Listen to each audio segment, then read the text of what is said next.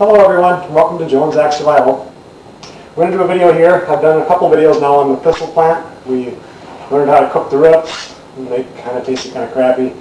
We did the stalk, which was absolutely delicious. So what I'm going to do now is, if we were in kind of a survival situation, we're talking, it's July right now, wintertime storage is time to think of that stuff. So what I'm going to do is I'm going to can the thistle today, the thistle stalk. And what we're going to do it exactly like I do pickles. We're going to use the same brine. Actually, it's a different brine that I usually use. I usually make my own, but we're still going to pickle it like we're doing just regular cucumber. And I went to the store and I did buy the vinegar, and I bought the dill and everything like that, but then I saw this kosher dill pickle mix, and I'm going to try it because it was $1.97, and it does 7 quarts. That's quite a bit, so for $2. So I'm going to give it a try because it's not pickles anyway. It's thistle, so I'm not really losing out on anything. So anyway, right now I've got the water is heating up here so I can get these jars sterilized. What I'm going to do is go out and pick some thistle, and we'll bring it in and we'll get it, when we're cleaning that up, we'll get the brine going, and then we'll get these packed into the water bath and we'll see what they taste like. Alright, so here we've got a real nice thistle plant. Now we're not doing an identification right now I did that before. If you are just new to the channel, go to Joe and Zach Survival channel and go ahead and look up. There's 2 videos there on thistle, and it'll go through explaining what they look like and all the different characteristics about it. So now I'm just going to get some of these cut up and get them back in the kitchen so we can clean them, and from there we'll make them into pickles.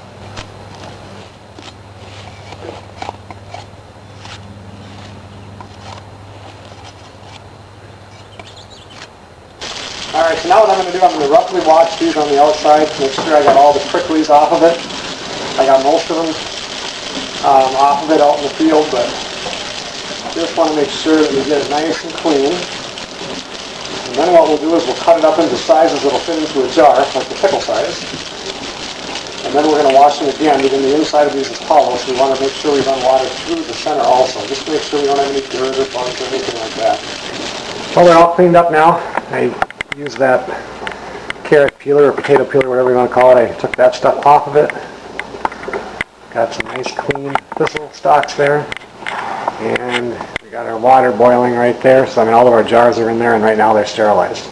So now I'll cut these up and we'll wash them one more time and get our brine going. Okay, so this Wages kosher dill pickle stuff calls for 7 1/3 cups of water, which I have measured in here in my little Kool-Aid thing. And now this is calling for 3 1/3 cups of white vinegar at 5%. Now I'm going to go a little bit more than that, simply because the acid is what's going to keep it from, will actually preserve it.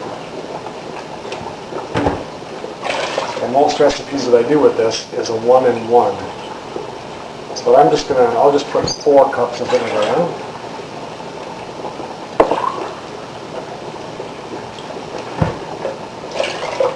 And it called for 5% white vinegar, which is what I have here.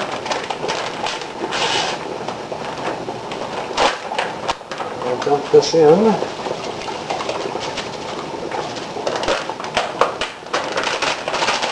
Okay, now I have to bring that to a boil, and just to a boil, and mix it until it all dissolves, and then we'll be ready to fill some jars.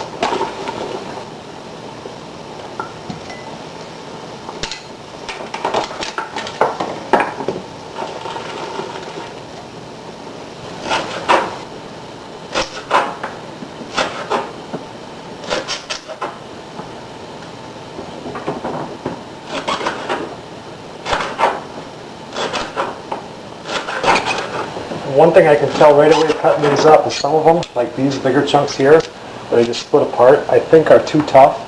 I'm going to actually put them in some of the jars just to see what happens. Does it soften them or doesn't it? I don't know. But some of them you get towards the tops and they're quite soft. And I'm just not real sure what the cooking process will have an effect on this. I've done a ton of pickles. Thistle pickles, this will be a first time. We'll get these jars filled up, see how many I can fill with these. For canning it, we're doing a water bath, but I'm bringing out All Reliable. This is my pressure cooked. I'll just keep the top off of it, but you can see it has that plate in the bottom to keep the jars from hitting, and otherwise they'll bounce off the bottom and break. I mean, you can put a rag in the bottom of any old pan, it'll work. But we'll get these filled up and get the brine in there, and then what we're going to do is put the jars into the pressure cooker and get enough water just to cover over the top of them. And then we have to bring it to a boil, and then let it boil for approximately 10 minutes. Here we're about 1,000 feet above sea level, so 5 minutes would do it with this, but I'm going to do the full 10 minutes because I just always feel safer keeping her in for a little bit longer. So I ended up with 5-pint jars. If I'd have been a little more careful, I could have cut these longer to get the most amount of space out of the jar, but this is really kind of an experiment for me. What I did was I took and put all those tough pieces, I put them in here. I know you can stew them and all that stuff, but I just want to see what happens when we pickle them and see how they turn out too. Because I mean, if these things end up being really chewy and you got to spit them out, well, I did something wrong, or it's not worth my time. So anyway, let's get that brine in there.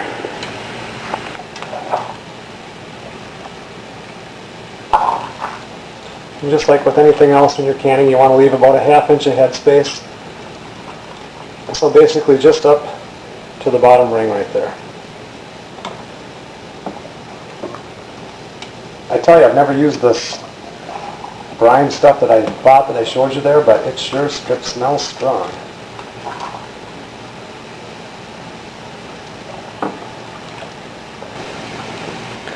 Okay, we have our jars all filled up, and now what I like to do, I don't know if anybody else ever does it, but you've already got your water bath or your pressure cooker water going.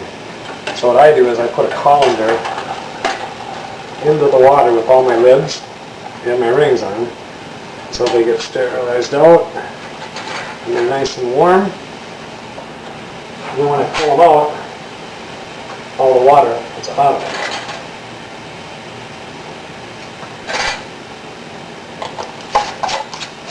So you're going to put these on just kind of firmly, but not super tight, tightening down.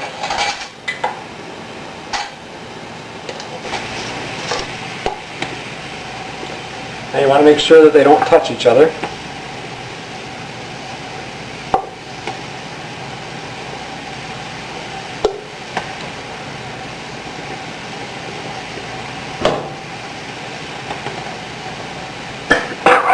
Wow, is that brine ever strong. Let's put my face over this pan. About gag ya. Okay, as you can see, I have to add some water to this now so it just gets over the top, and then I'll bring it all up to a boil, and then I'll start my boil time for 10 minutes. If you watch your jars like this as they're heating up, you'll see because the fluid inside heats up and expands, and it pushes the air out. You can see these bubbles that are popping out here, and it pushes them out underneath that lid. Then after you have it going for 10 minutes, all the bacteria, everything is killed off and stuff. There was another bubble. Then you take them out and you set them down, and then it starts to cool and it wants to suck that air back in. Well, that's when the lids go pop and it sucks it down, and then you get a good seal. But it's always kind of fun to watch the bubbles come out.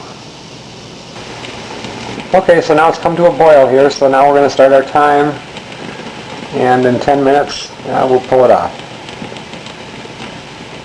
Time's up here, so I'm going to pull these out.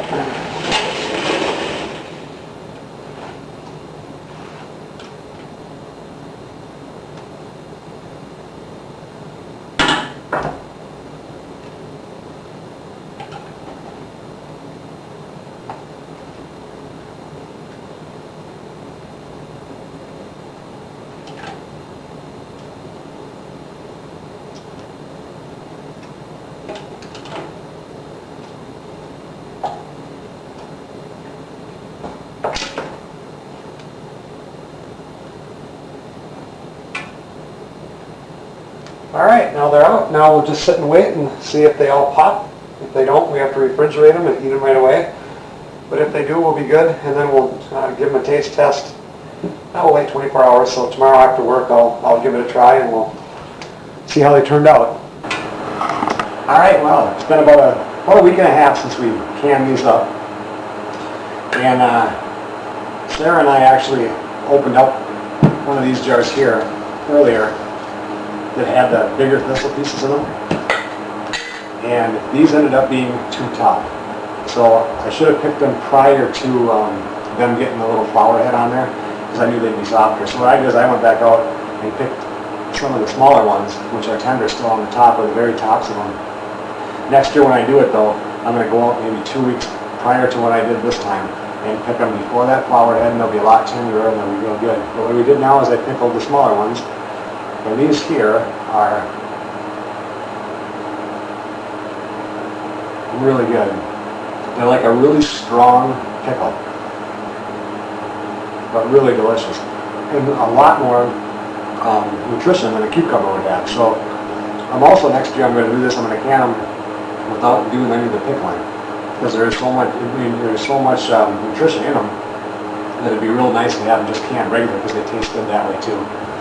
So unless one of my kids comes down, Zach's gone with his girlfriend today and Sarah's around somewhere, but I'll have them taste it. Otherwise I'll probably just end this video right now, and it works real well. And I hope you guys like this video. It was a lot of fun.